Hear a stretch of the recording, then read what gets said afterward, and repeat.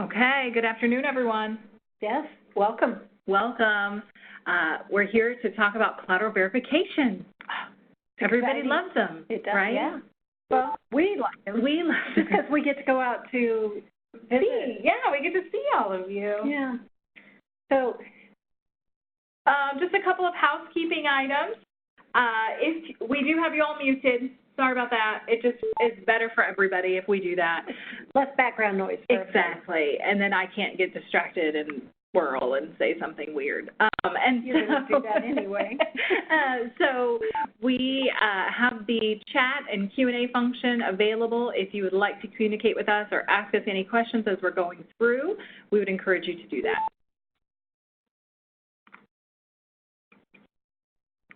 And Elaine's going to click on the right box.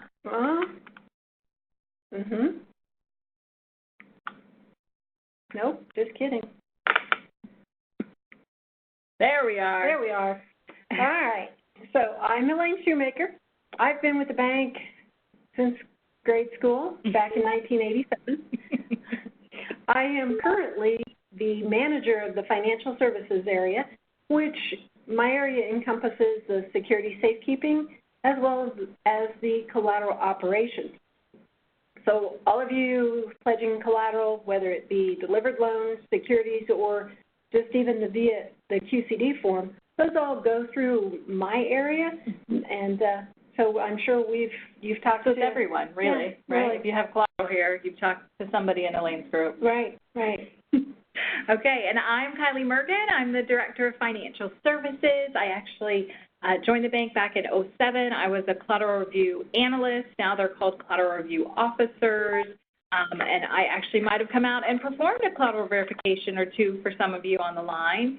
I managed that department for quite a while, and then in 2017, I actually now have both the collateral review function and Elaine's team, the safekeeping and collateral operations. Yep, Kylie keeps pretty busy. All right. Uh-oh. Yeah. She pushed the button. Sorry. Okay. Goals for today. We want to explain to you why we do collateral verifications. We're going to identify the different types of verifications that we do perform. We want to help broaden your knowledge of the process so it makes it easier for you. We're going to discuss some of the best practices on how to basically pass your collateral verification with flying colors. And we also want to provide you with some resources for ongoing collateral information. So first and foremost, probably the question that we get asked, well, we get asked a few questions about CVs, and one of them is typically why do you even do CVs? Why do you come out and perform collateral verifications? And first and foremost, it is just a prudent credit practice. As all of you have ways that you validate the collateral that you take in order to loan money, we have to do the same thing. And so for us, it's to validate the collateral that is pledged to us. It's to monitor the loan policies and pledging practices of our members to ensure prudent credit practices. Additionally, it is a regulatory requirement to accept collateral as eligible. We have these 4 tenets, and that is to be able to perfect the security interest. That means to transfer it from your institution to ours. Is it transferable? Is there a readily ascertainable value that can be reliably discounted? So can it be priced in the marketplace, and is that price consistent? Mm-hmm. And then finally, can we liquidate in due course? Meaning in the event that, unfortunate event, that we had to actually call default on one of our members and liquidate to make ourselves whole, are we able to do that for the asset? Thank goodness we've never had to do that in our existence. Exactly. Up to date, but by regulation, we have to be able to prove that we can do that. Yes, absolutely. And then finally, it is to protect the bank and all of you, our stockholders. We want to ensure that the collateral assets that are pledged to us are properly classified and that they are in compliance with our underwriting requirements. So the key I've always said the key to collateral reporting is preparation. If you spend a little bit of time up front, typically the collateral verification or the collateral review process, the results are better. Certainly, you want to ensure that the individuals completing and approving the QCD form are knowledgeable of two things, not only your assets, but also our policies for pledging collateral. So if you know all of our policies inside and out, fantastic. But if you don't know your assets, if you don't know the way that your assets are underwritten, then sometimes those two arms don't talk to each other. Right. And so I would certainly encourage you, if that needs to be a team of people rather than just one individual, I would encourage you to do that. So you would want to ensure that everybody is aware of both how your lending practices and how your assets are created, and then what the expectation is for pledging. Additionally, you want to review our guidelines, specifically the schedule of eligible collateral. It can change. We try to keep the changes to a minimum. We try to update them only once per year, but to be very honest, things change and things need to get modified or clarified. And so we do encourage you to review those changes, to keep on top of those alerts that come out, so that way you know any assets that maybe previously were eligible that maybe aren't now. Right. Additionally, you want to identify and retain critical reports. So you know what your systems are capable of. You know what queries and reports you're able to pull from your core systems that will identify those eligible assets. We can't tell you what those are, but we will certainly help to, if you have questions on how to kind of tailor those, we certainly can help. And then finally, you want to verify that the ineligible loans have been removed. So you've built all these reports, you've got the right people working on it. Is that working? If you said, please don't include Elaine's loan on this report, is Elaine's loan gone, right? Is it not on there? And so you want to do a spot check and double check to make sure that your queries are actually working. Yes. Right. We actually perform two different types of collateral verification. We do what we call a QCD desk audit. Actually, we do this every quarter. We get regulatory data. You know, you have 30 days to submit your call reports. We probably get regulatory data 45 days after that. Mm-hmm. At that point in time, we take the regulatory data that we receive and compare it back to your QCD quarter-end numbers to make sure that we look reasonable, but we'll get into a little more detail here in just a little bit. The other type of verification that we do is actually coming on site to visit you and actually looking through the loan documentation you have on file. For the desk audit, it covers all of our blanket pledge members that report on the QCD form. The purpose of it is we're looking for reasonability. You know, did you put, $5 million on your QCD form where on your call report you only have $2 million? Well, that's kind of a red flag. Maybe we know that it isn't always a one-for-one line, so we'll be reaching out and say, okay, well, explain to me how you got the $5 million on your QCD form and what makes up that information. We also look at the assets that you report on your QCD form. Does it match your call report data? It's important to us because that drives the amount of restricted collateral that you are eligible to pledge at the Federal Home Loan Bank. And also, if you're pledging your held-for-sale loans, we cap that at 15% of your total assets in order to report them monthly on the QCD. If you were going over that, then it's a daily reporting. We've talked a little bit more in length than that in the reporting webinar earlier this week. Also, we look to verify any collateral you have subordinated just to make sure that, it's not falling in both buckets, that you've maybe subordinated it to the Fed and are pledging it to us. Well, that doesn't necessarily work. So we're validating that we have adequate unencumbered collateral pledged to us. Mm-hmm. We do these desk audits, like I say, every quarter. It's 45 days.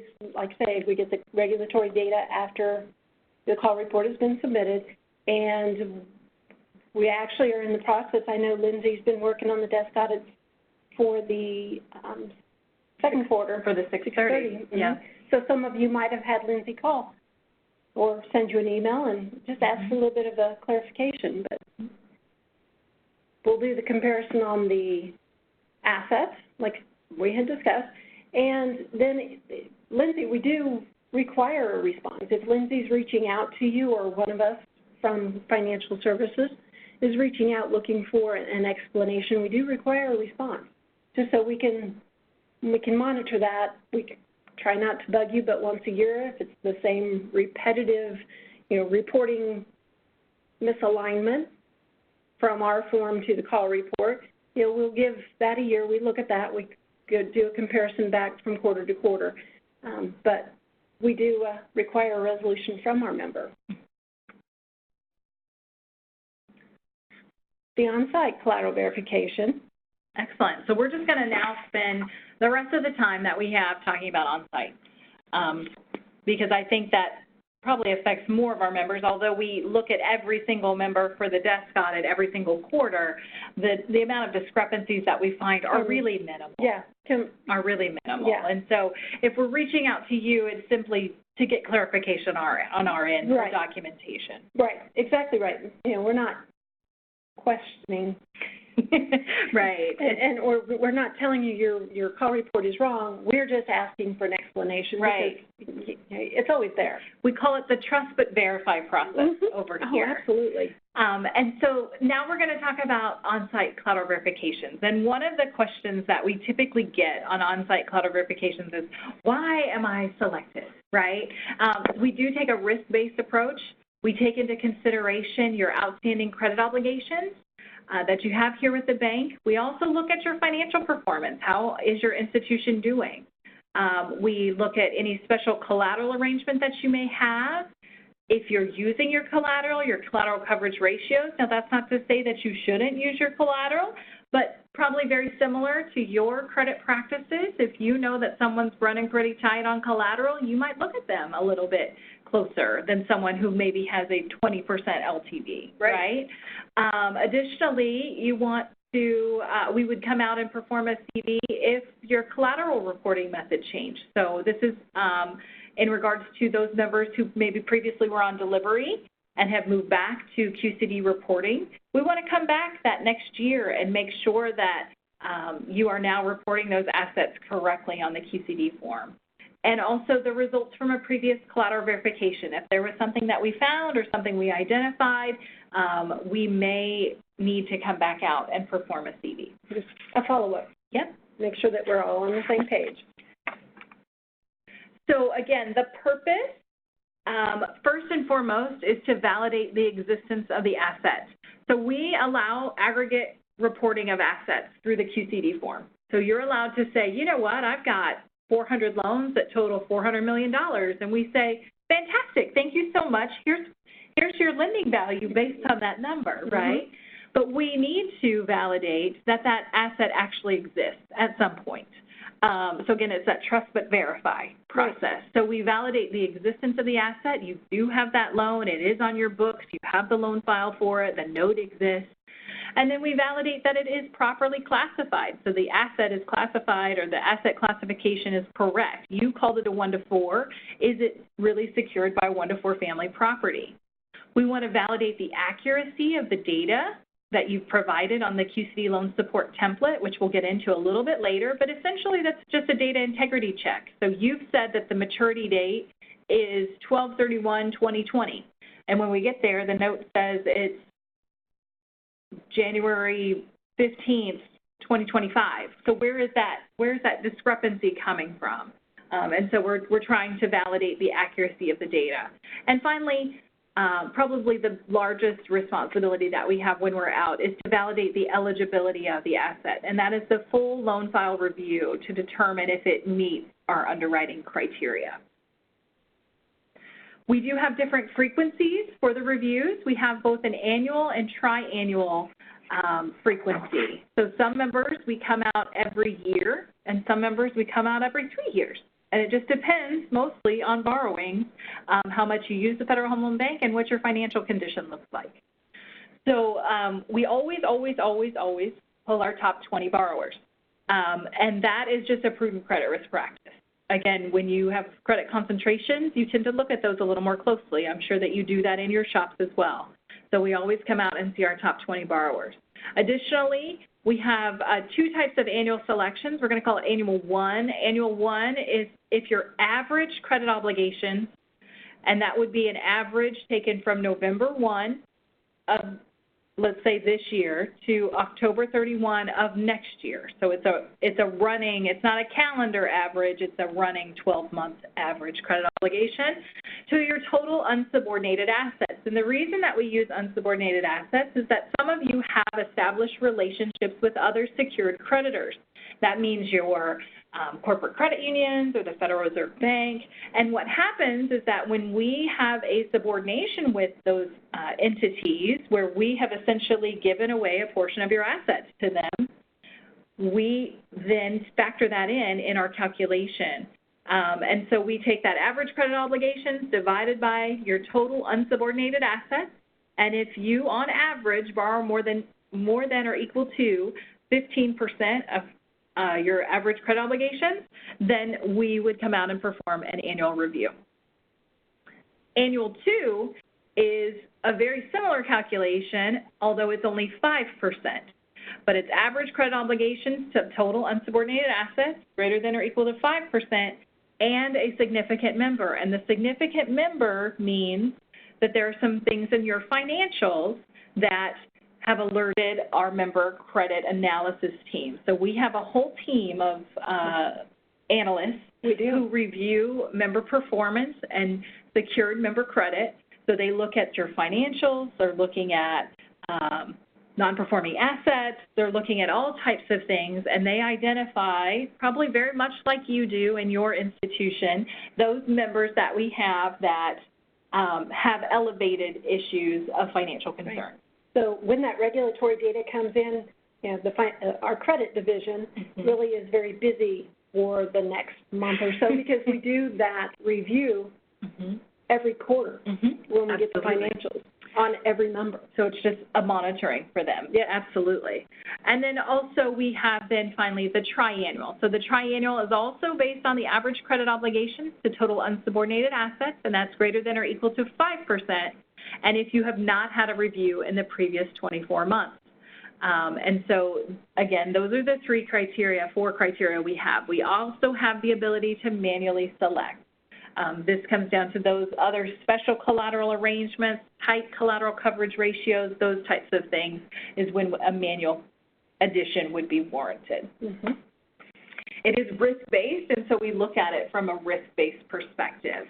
So the annual selection is always completed on the first business day of November. We elected to do it in November so that we could provide you with adequate notice before the end of the year. And so we then notify you. We pull it on November 1. We usually take a couple of weeks to analyze it, right? We want to make sure our query worked as well, just like we say for you to do.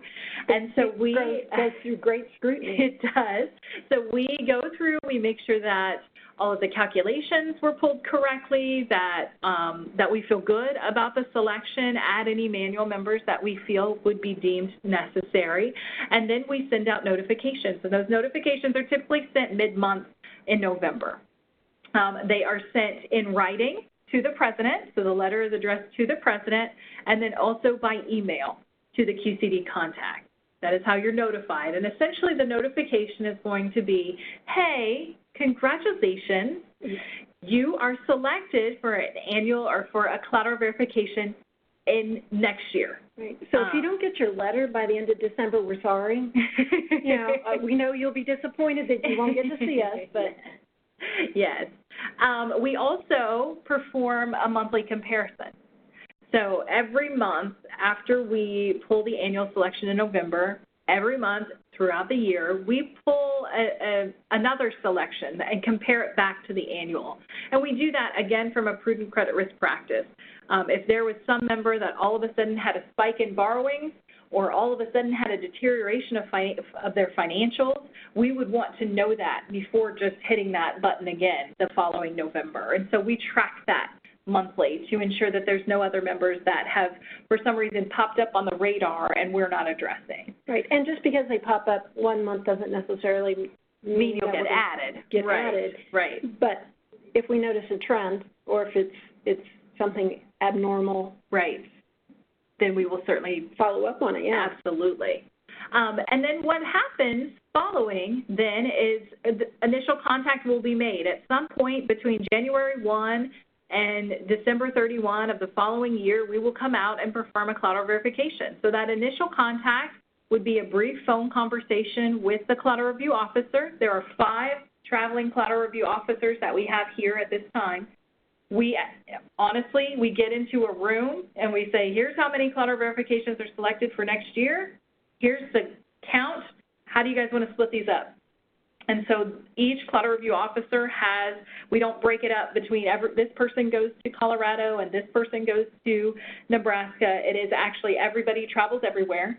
They all do different types of asset sizes, different types of members, and so we do try to keep that, what's the word? Not consistent.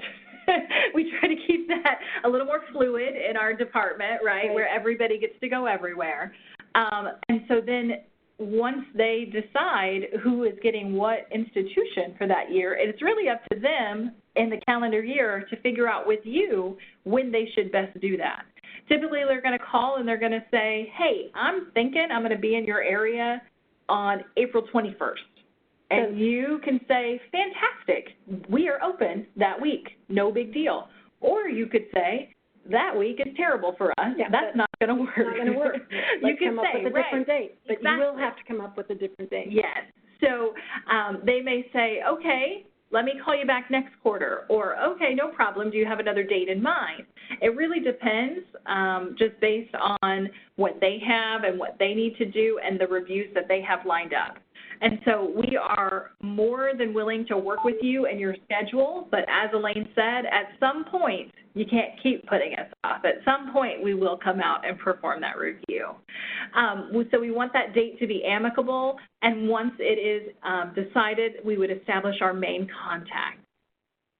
Once that conversation's over, the collateral review officer would provide for you a formal engagement letter. It's going to solidify the agreed upon date, and it's also going to lay out for you exactly what we're going to be doing and the documents we're going to look for during our collateral review.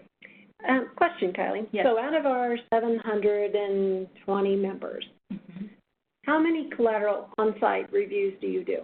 The average is about 180 a year. Some years are less, some years are more. Back, I would say 10 years ago, we were doing like 250, 300, and that was that whole financial condition, that right? Was crazy. That was part of it. But also, you know, if we have a big year of borrowing, then that can spike it.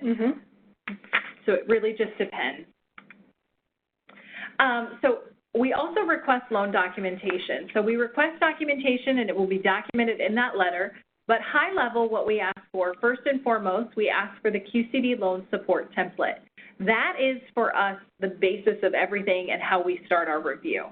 And what that means is we're looking for those assets that you've reported on your QCD form. We're looking for a loan template in Excel format for you to match up and align those figures. So if you reported, I've got 21 loans that total $5,432,000 in your ag real estate category, we would expect to see on your QCD loan support those 21 loans, and we want them to balance up to $5,432,000. I think that's the word I used, or number. So we would want to see that you have those assets and you have those loans that make up that number, and that is step one for us. Right, and that really ties back to, you know, the very early on we talked about preparation is key. You know, you get these reports and you maintain these reports.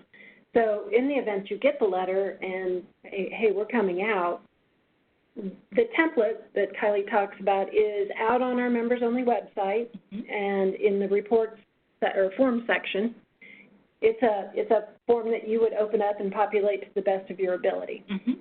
But if you have your report that you've saved, it will be so much easier to do that. Instead of flying blind. right? Yes. Like, oh, I need to figure out what report I'm going to use to give them this information. Additionally, we have a CV questionnaire. That's just a high-level questionnaire where we ask you some questions about your lending practices, what sort of lending you participate in, what your quality control process is like, again, very high level. We also ask for your delinquency report, watch list, director, officer, employee list, and participation.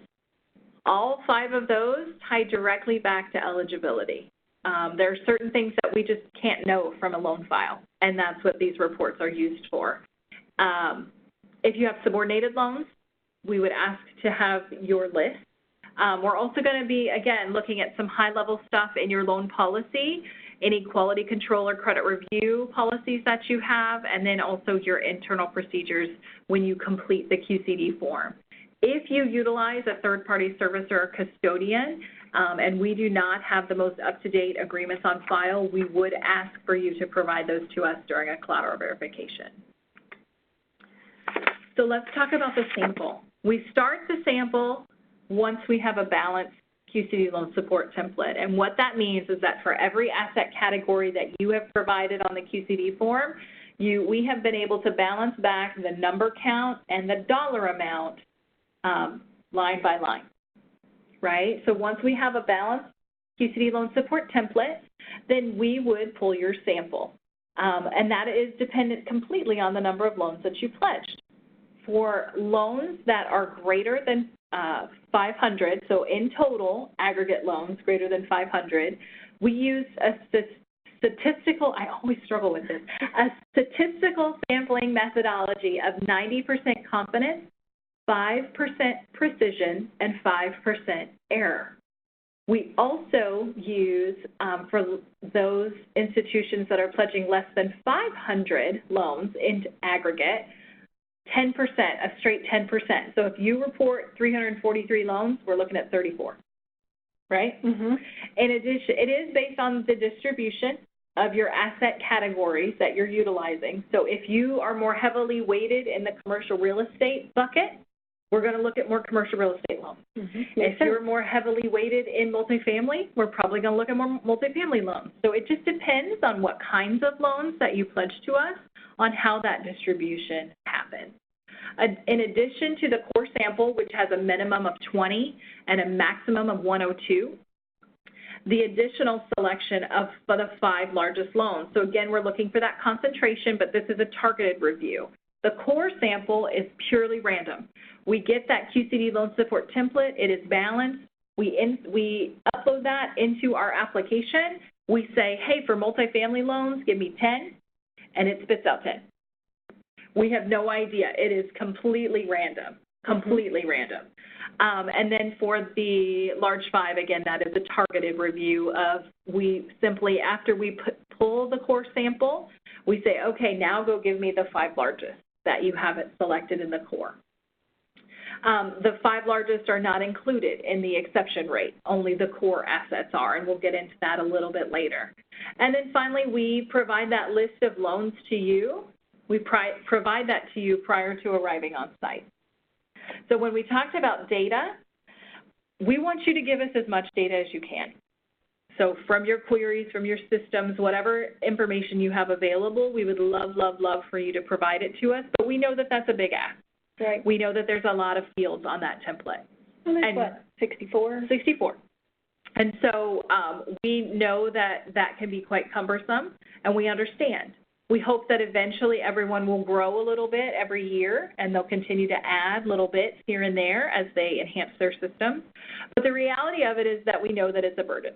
And so what we do is that we have some minimums that we require. And if you're able to provide us with some minimum information so that we can at least pull the sample, we can scale that 343 loans down to 34 plus 5 large. And we can send you that template and say, okay, now for these loans, can you expand that out?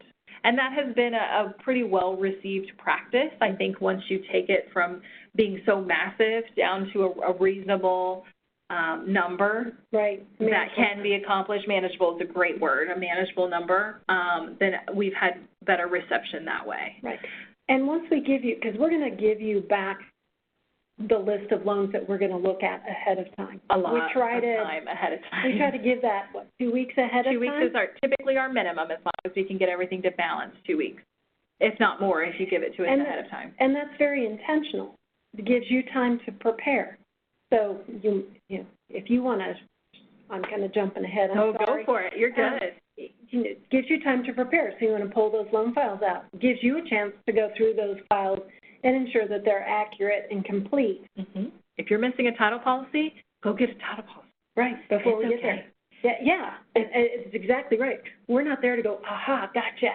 Right. We're here to go, oh, good, this is great. Good job. Good job. Yeah, we have no issues. I love that. That's the best. That's my favorite review, is the one that doesn't have any exceptions.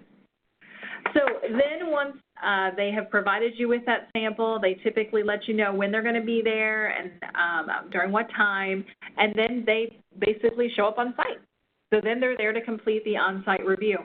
They have an initial meeting with you or management or whoever is needed. So this can be very, very informal. We have some members that we go see every single year, and it's like, hey Mike, here's your desk, right? There's the coffee. You know where the bathroom is. Come get me if you need me, kind of thing, right?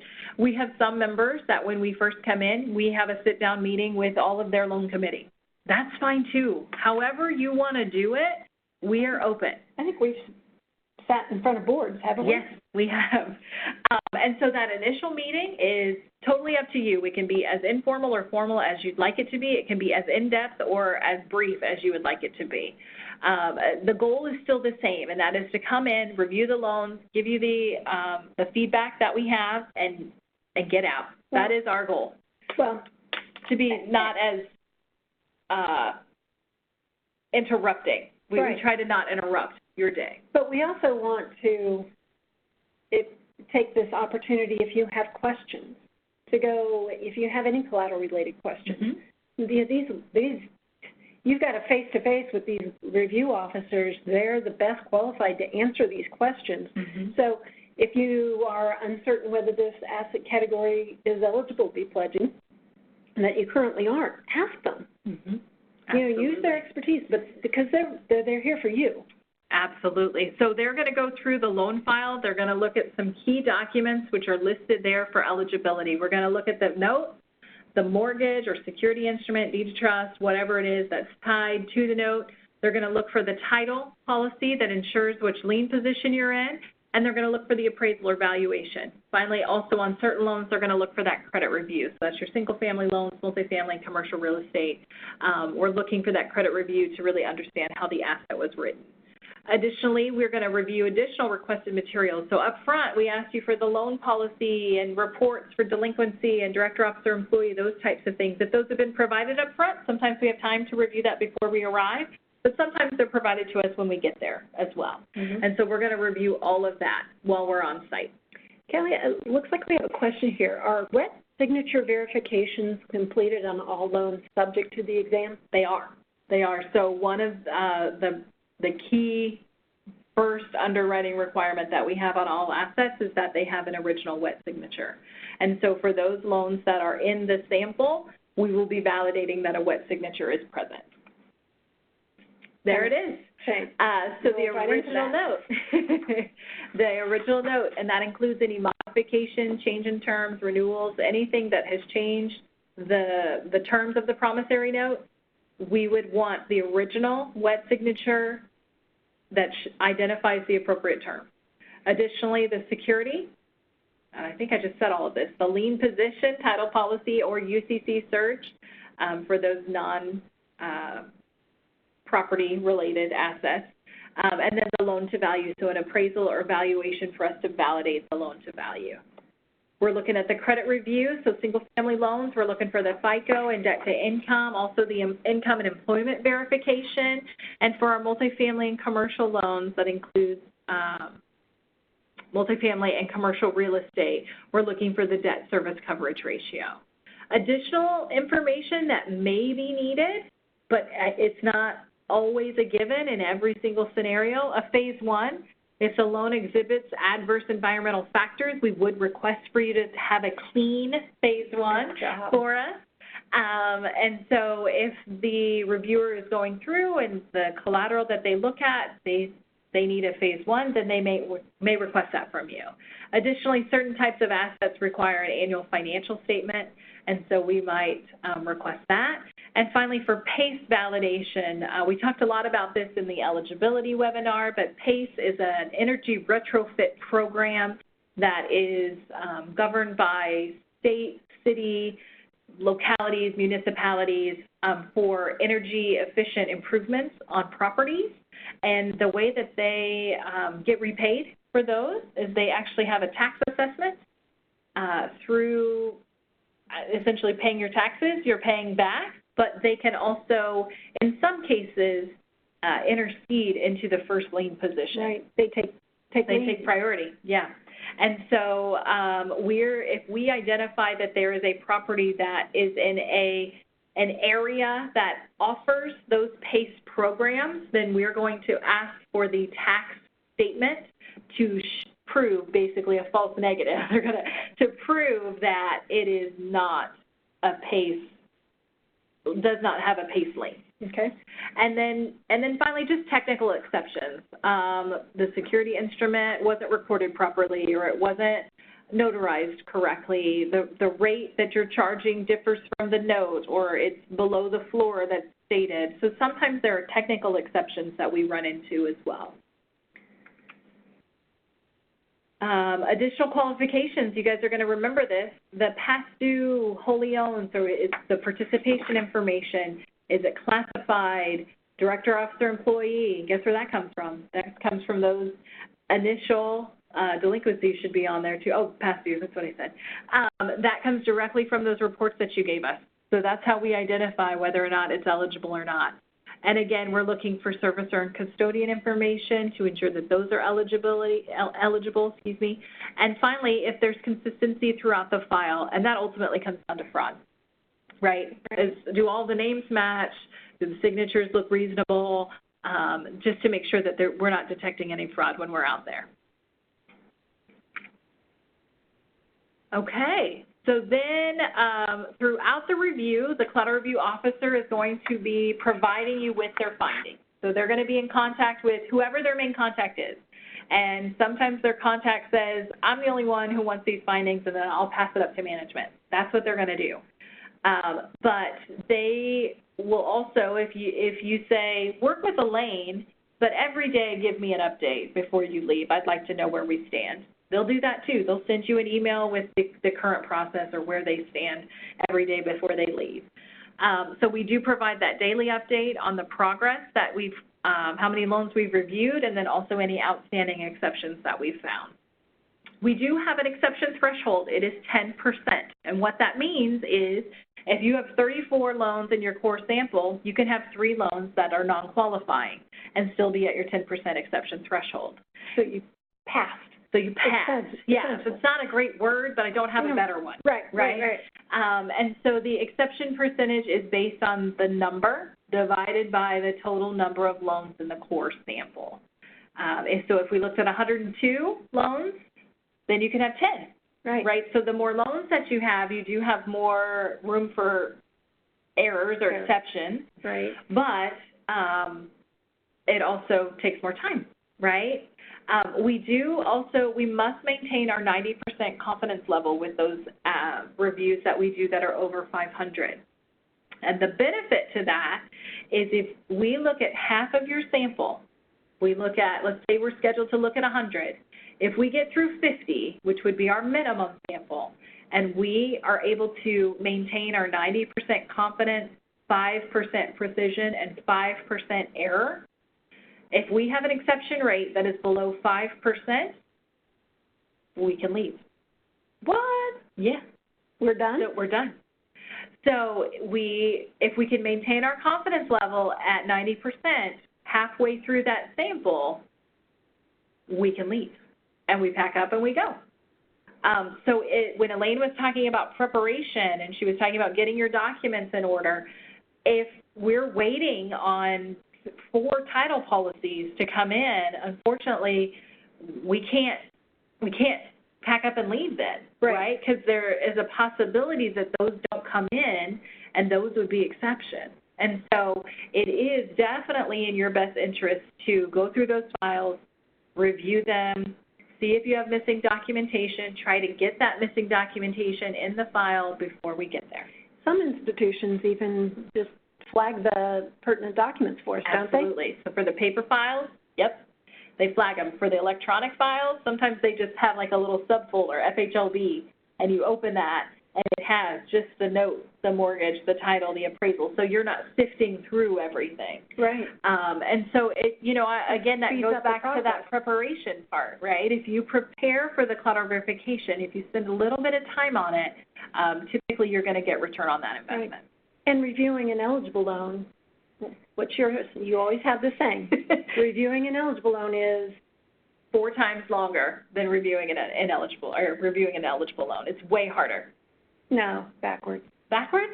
Reviewing an ineligible loan an eligible loan is easier than an ineligible loan. Yes. Finally, the collateral verification results are provided in an exit conference. Again, that exit conference can be as informal or formal as you would like. As Elaine said, we've sat before boards before. We have been in front of management committees. It's completely up to you who is included in that exit conference. Sometimes we've had video conferences in, right? Like you have different branches and you can video conference them in or conference call them in. And so we've also done that. So the officer will share the findings. They'll also share the cost for the review. So let's talk about the cost a little bit. We do charge for collateral reviews. It is $125 an hour, and that is for review time only. And what I mean by that is we don't charge you for the travel time, we don't charge you for any of the prep work that we do back here at the office, and we don't charge you for any of the after stuff. It is just for the on-site time that we spend reviewing the loan file. Right. So if you want educational opportunities with them, we're not going to charge you for that. That's definitely That's extra. That's free, right? That's a service that we're doing for you as your business partner in order for you to have more collateral capacity. Absolutely. And Elaine had already talked about the collateral opportunities that the officer is there. You've got the expert in the room. You might as well take advantage of it. Oh, gosh, yeah. And they're very, very happy. They love it. Oh, they do. They really do. It's a great group of people. Yeah. So then the process, once we return to the bank, once they come back, they compile and finalize the results. It is possible that,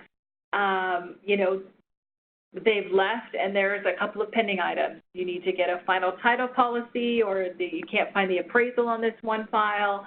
Typically we say, if that is on my desk when I get back, okay, cool, right? Like if I'm going to write my report next Wednesday, I'm throwing out days here. I'm going to report complete my report next Wednesday. If I have it by then, I'm good to go. So there's a little bit of wiggle room there, but obviously the intent is that you have everything that we need. The report then, after they finalize it, is provided to management for review and approval. So I see every single report. I know how all CVs have gone. And then if it's over 10%, that also goes even to our chief credit officer, and so he sees that as well.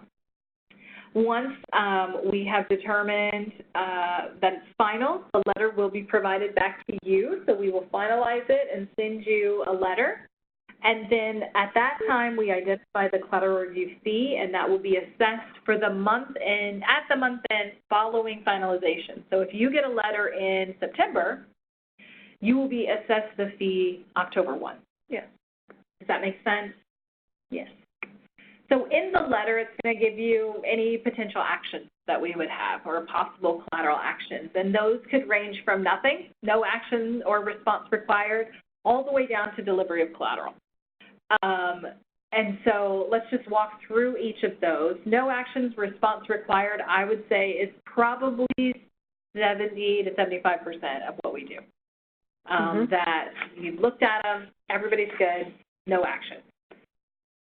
Written response required from members. There may be some concentrated things that we see. Maybe a few commercial real estate loans, there was no phase 1 provided, or maybe there's some isolated something, or maybe you got really close to that, going over that 10%, you were at 9.95 or something like that. We may ask you for a written response just to see how you plan on addressing that in the future. Mm-hmm. We may require you to amend your QCD form. Typically, this is when we find non-traditional subprime or predatory characteristics in a loan. Because those are so regulatory driven for us, if we identify it during the review, we ask that you not only review that loan that we found, but any other assets that you would have in your portfolio that would mirror that asset.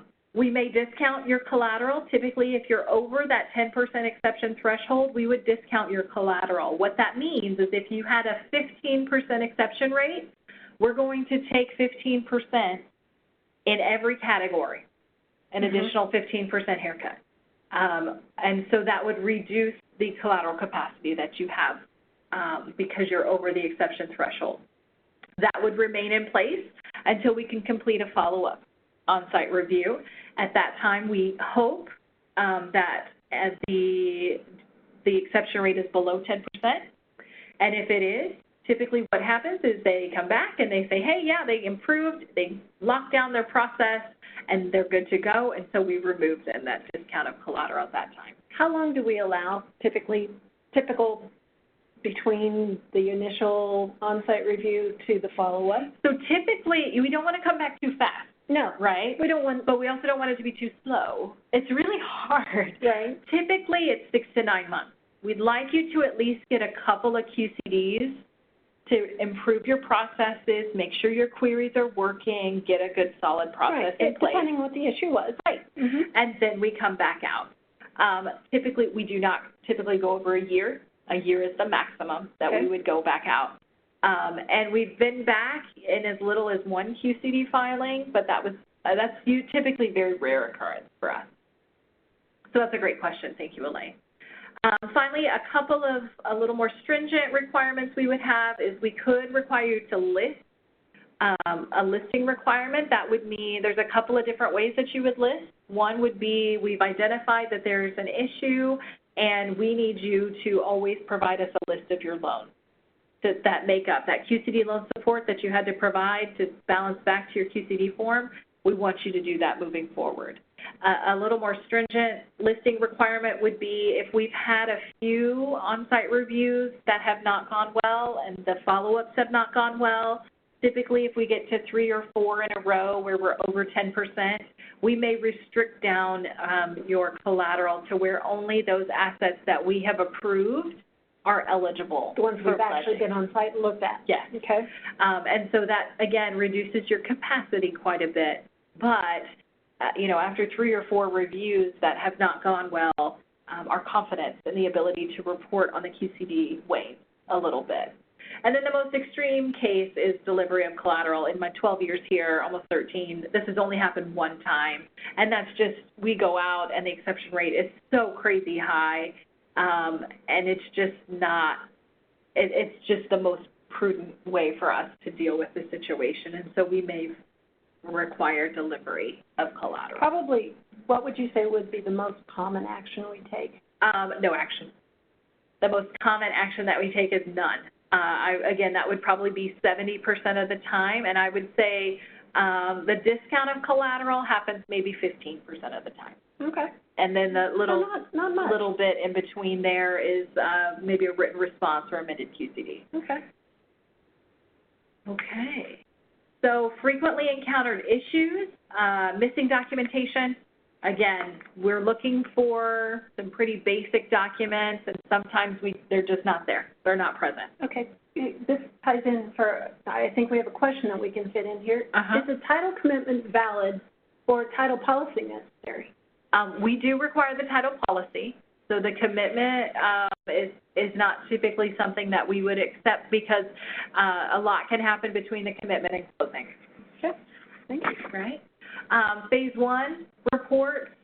Sometimes the member either didn't issue a Phase 1 or did not obtain a Phase 1, or it's just they can't find it. So sometimes or they didn't think that was a property that they should have gotten a Phase 1 on. And so I would say, again, if it exhibits adverse environmental factors, to us, that means if you need to dispose of something properly or you're going to get in trouble, gas, right, gas station, oil changing, Jiffy Lube, dry cleaner, those types of things, a phase 1 would be required. We do find subprime predatory and non-traditional characteristics. I would say typically it's more about the FICO and debt to income. Predatory is pretty rare, more about the FICO and debt to income, and then sometimes even income verification is missing. The title evidence and final title, we do require, like we just answered, the final title policy to be there. Loans not fully secured by eligible collateral. So if you've tied it to an asset that just doesn't meet our eligibility, if you've secured it and it's not 100% secured by the single-family home, but you also took their car or a CD and you're fully secured, we unfortunately cannot use those assets to fully secure for us. It all goes back to the ability to be able to liquidate. Absolutely. And then the unpaid principal balance exceeding the mortgage or deed of trust amount, that happens. I can't say it's super frequent, but it does happen.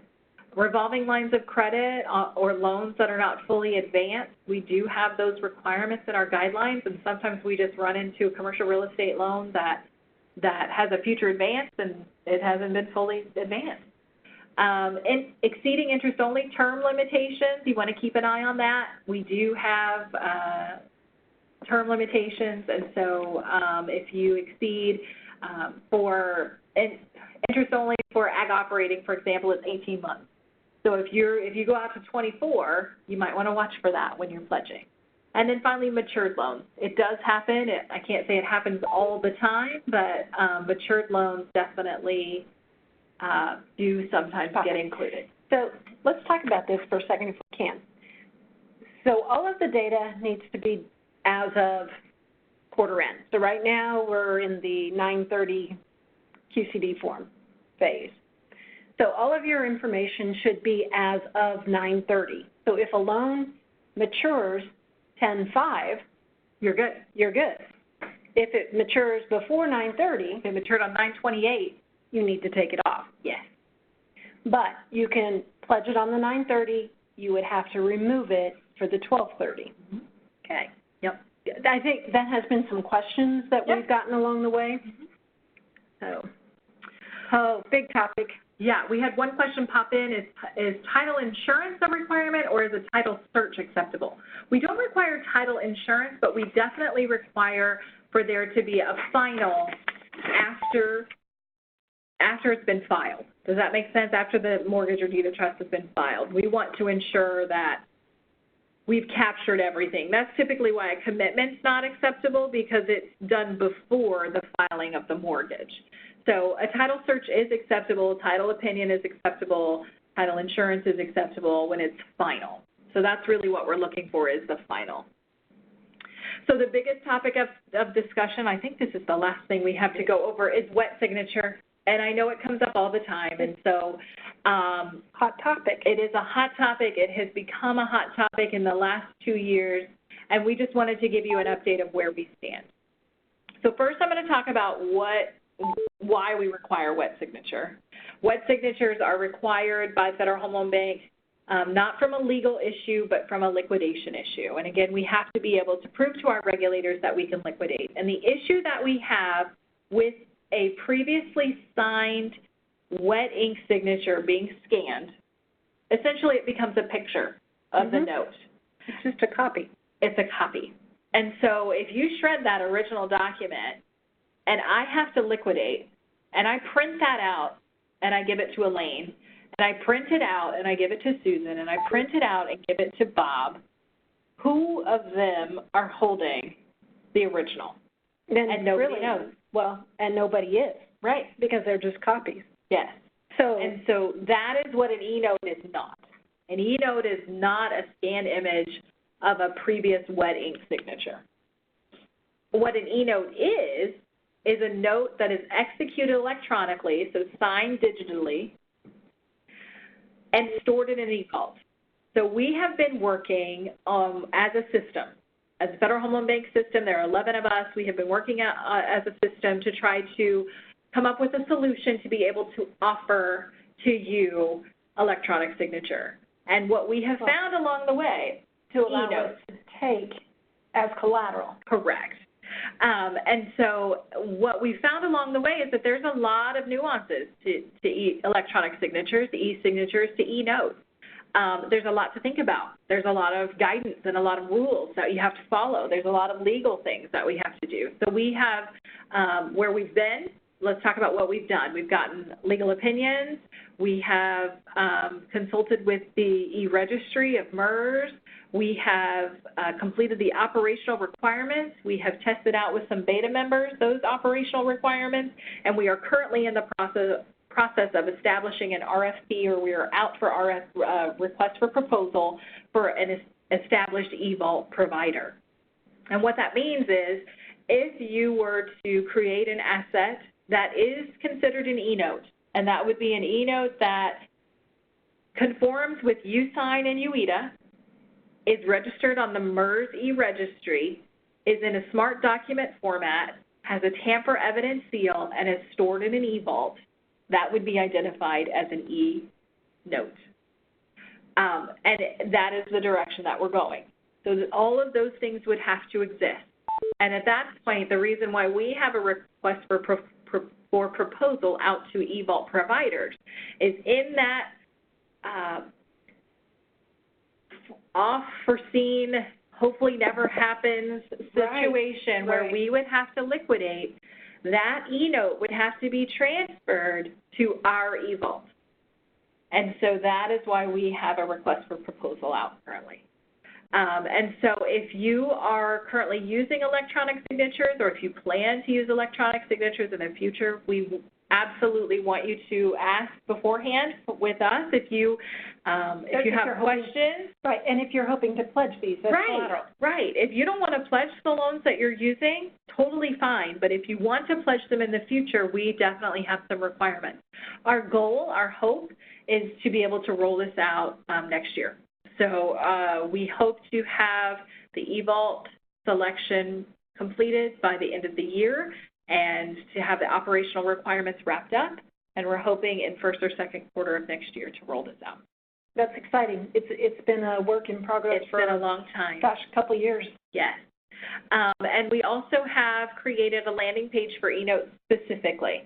So if you go to our main website, under products and collateral, on our collateral landing page, we have a whole page dedicated just to eNote. We try to keep that updated with any new information, so you might want to check back periodically just to see if there's anything new. Or there's a subscribe feature on there. Oh, that's awesome. You could subscribe, and then if any updates are made, you would be notified via email. We also try to post anything else collateral related that has come up, any new topics or information that we've been made aware of. Yeah. It's a very helpful page. Yeah. We actually are recording today's webinar. We've done that. This is our 3rd out of 3 this week. Yeah. We will post those out on our collateral landing page under the resources tab. Mm-hmm. Today, last year's webinars are out there, but we'll replace them, I believe. Yeah.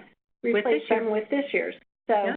And next Tuesday, we are having our final webinar in the series, and that it's something new we decided to do this year. It's just an open Q&A. So if you sat in on any of the webinars, or if you sat in on none of them, well, you wouldn't be here if you didn't. But if someone else in your institution sat in and they would like to ask a question, we're just going to have a very open forum. When you register, you can ask a question. So we've been gathering those, but we also are just going to open it up for Q&A. We may even open up the line and verbally go back and forth. We're just going to play it by ear and see how it goes. Elaine, do you want to go to the next slide? I haven't gotten any more questions so far, so we'll go ahead and keep moving because we're right at about 3 o'clock, but we certainly want to encourage accurate reporting of eligible collateral, and we are so appreciative that you attend the webinars because we know then that you care. Right. We know that you want to get it right, and we know that of all our members, you want to do the right thing. We wholeheartedly believe that. It also helps you to establish your borrowing capacity here at the bank. It maximizes your liquidity by allowing your non-liquid assets to be used as collateral. And finally, it does reduce the expenses associated with the collateral verification. eligible loans are far easier to review than ineligible loans because that reviewer is trying everything they can to get that loan to work. Yes, they want you to be successful. Other educational opportunities, we have our annual management conference. I can't say enough good things. I've said it all this week and all last week. I love the annual management conference. It is a wonderful conference. We hear wonderful things about it. Everyone typically is pretty excited to go and leaves learning something new. We have great speakers. We have, it's great for networking, and we have a little bit of fun too. Yeah. And then we have our regional meetings. So August through October every year, we go to each of our 4 states in our district.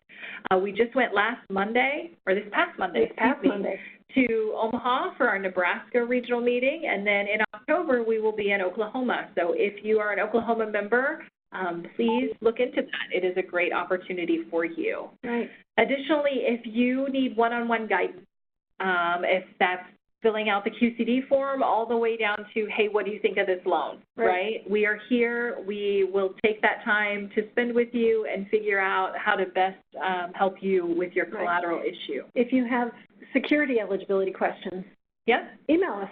Yeah, give us CUSA. You know, review the guidelines if you have any questions. Yeah, we're here for you. Absolutely. And then we also have other webinars at the bank. I always think, you know, I would encourage you to just learn about the bank. Maybe it's not even in your area, but the more that you know about the bank, the better understanding you'll have of what we are and what we represent all the way around. Right. Okay. Here we are again. Yay. It is straight up 3 o'clock. Oh, look, 3:01. So we have taken an hour of your day, and we so appreciate you being here. Oh, gosh, absolutely. We have enjoyed the last couple of weeks.